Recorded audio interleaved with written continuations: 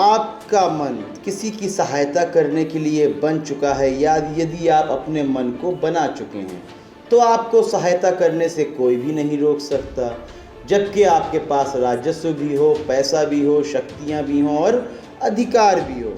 यही घटना घट जाती है नई दिल्ली के बख्तावरपुर के पास तिगीपुर गांव में।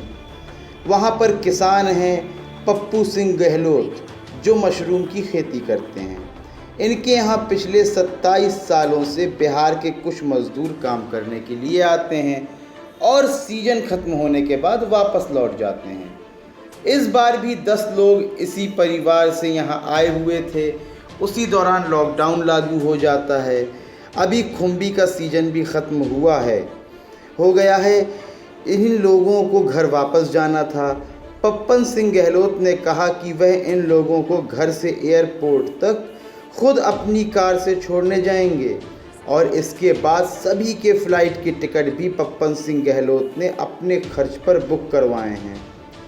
सभी 10 मज़दूरों के हवाई जहाज़ के टिकट बुक हो चुके हैं और 28 मई की सुबह फ़्लाइट भी है।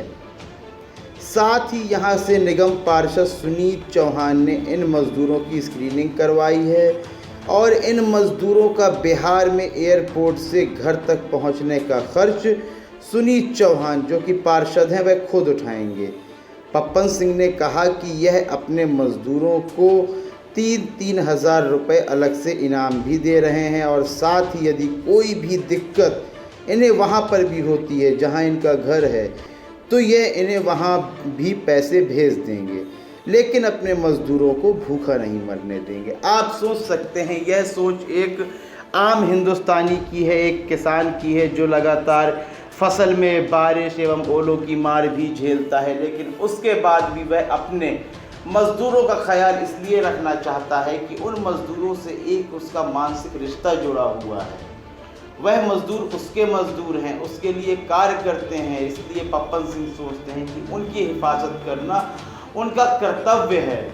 क्या सरकार मौजूदा समय में ऐसा सोच रही है? क्या सरकार अपने देश के नागरिकों को अपने देश का नागरिक मानती है? क्या सरकार का अपने देश के नागरिकों के साथ कोई मानसिक जुड़ाव है? यदि होता तो इतने नागरिक, इतने मजदूर चलते चलते भूख की वजह से अपने प्राण न त्याग देते। पप्पन सिंह को लेकर और मौजूदा सत्ताधारी दल को लेकर आपकी राय बहुत ही महत्वपूर्ण है। अपनी राय अवश्य दें। SPN 9 के लिए फरहान उद्दीन की रिपोर्ट।